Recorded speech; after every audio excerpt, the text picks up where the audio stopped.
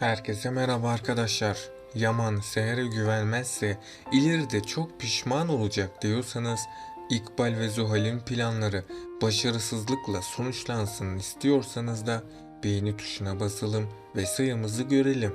Yaman Seher'e kötü davranmaya devam edecek mi? Yaman Seher'den sahte kanıtların hesabını soracak mı? Zuhal'in yapacağı yeni plan ne olacak? Gerçekler ortaya çıkınca Seher Yaman'dan ayrılacak mı? İşte bütün sorularınızı yanıtlayacağım arkadaşlar. Dizimizin yeni bölümünde Yaman Seher'e hakaretler etmeye devam edecek. Yaman Seher'in psikolojisine de oldukça kötü etkileyecek. Ama Yaman ne yaparsa yapsın Seher'i konaktan kovamayacak. Çünkü Yaman Seher'e tamamen aşık olmuş durumdadır. Yaşadığı olaylar Yaman'ı sinirlendirse de Yaman Seher'den ayrılamayacak. Seher de Yaman'ın kendisinin neden kötü davrandığını öğrenmek isteyecek. Ama Yaman asla sahte dosyaları Seher'e anlatmayacak.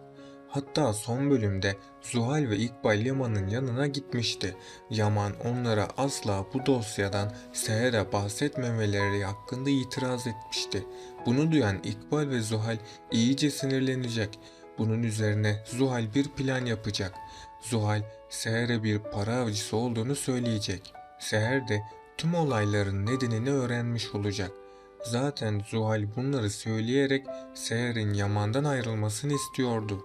Bunun üzerine de Zuhal bu planında başarılı olacak. Çünkü Seher Yaman'ın kendisine güvenmediğini görecek. Hatta Seher Yaman ile konuşmak isteyecek. Yaman da yine Seher'e hakaretlerde bulunacak. Eğer Yaman her şeye rağmen Seher'e güvenmezse onu sonsuza kadar kaybedebilir. Çünkü Seher daha fazla sessiz kalamayacak ve Yaman'ı terk edecek. Ama öncesinde Seher Yusuf'un velayeti sorununun bitmesini bekleyecek. Bu sorun da çözülünce Seher köşkten ayrılacak. Tabii bu süreçte Yaman Seher'in kendisini bırakmasına dayanamayacak. Yaman Seher'e çok aşık olduğu için bir türlü kendisine engel olamayacak. Cenger ve Arif Baba ise Yaman'a hata yaptığını söyleyecek. Yaman da dosyalardan daha çok şüphelenmeye başlayacak. Bu sefer de Yaman kanıtları kendisi araştırmaya koyulacak. Yaman gerçekleri anlamaya başladıkça hata yaptığını farkına varacak ve Yaman Seher'in masum olduğunu da fark edecek. Yaman'ın aklına Seher'e yaptığı hakaretler gelecek. Bunun üzerine Yaman çok pişman olacak. Ama Yaman Seher'e güvenmeyip ona kötü davranarak büyük bir hata yaptı. Bu yüzden Yaman'ın hatalarını düzeltmesi oldukça zor olacak. Tabii Seher Yaman'ı affetmeyecek. Hatta Seher Yaman'dan boşanmak isteyecek.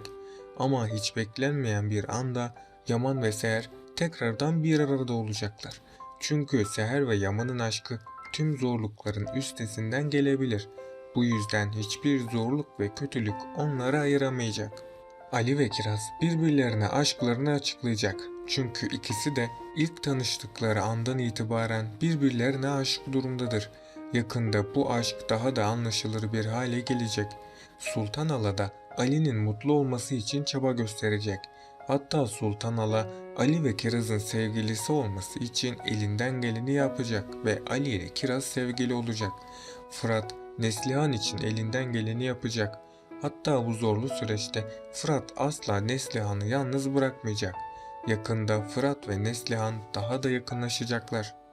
Ama Bora bu aşkın önündeki en büyük engellerden birisi olacak. Çünkü Bora Neslihan'a kötü tuzaklar hazırlayacak. Bu süreçte de Bora Neslihan'a aşık olacak. Her şeye rağmen Fırat Neslihan'ı terk etmeyecek. Yani Fırat ve Bora arasında büyük bir mücadele başlıyor. Peki sizce Yaman gerçekleri ne zaman öğrenecek? Aşağıda yorumlarınızı bekliyorum. Seher, Yusuf'un üzülmemesi için Yaman'ı terk etmeyecek. Zuhal ve İkbal de Yaman ve Seher'in ayrılmadığını görünce sinir olacaklar. Ama sonrasında İkbal, Yaman ve Seher'i gizliden takip edecek. Tabii İkbal, Yaman'ın Seher'e hareketlerini görünce çok sevinecek. Eğer Yaman Seher'e güvenmezse sonunda çok pişman olacak. Çünkü Seher Yaman'ı terk edecek. Ama Seher bu süreçte yaşadıkları olaylardan çok etkilenecek. Hatta Seher'in psikolojisi bozulacak. Bunun üzerine Seher intihar etmeyi dahi düşünecek. Ama Seher'in Yusuf sevgisi buna engel olacak.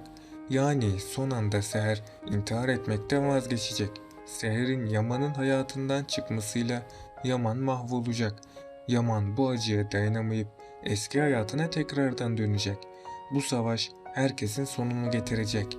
Eğer Yaman gerçekleri öğrenmezse Seher'i ömrünün sonuna kadar kaybedecek.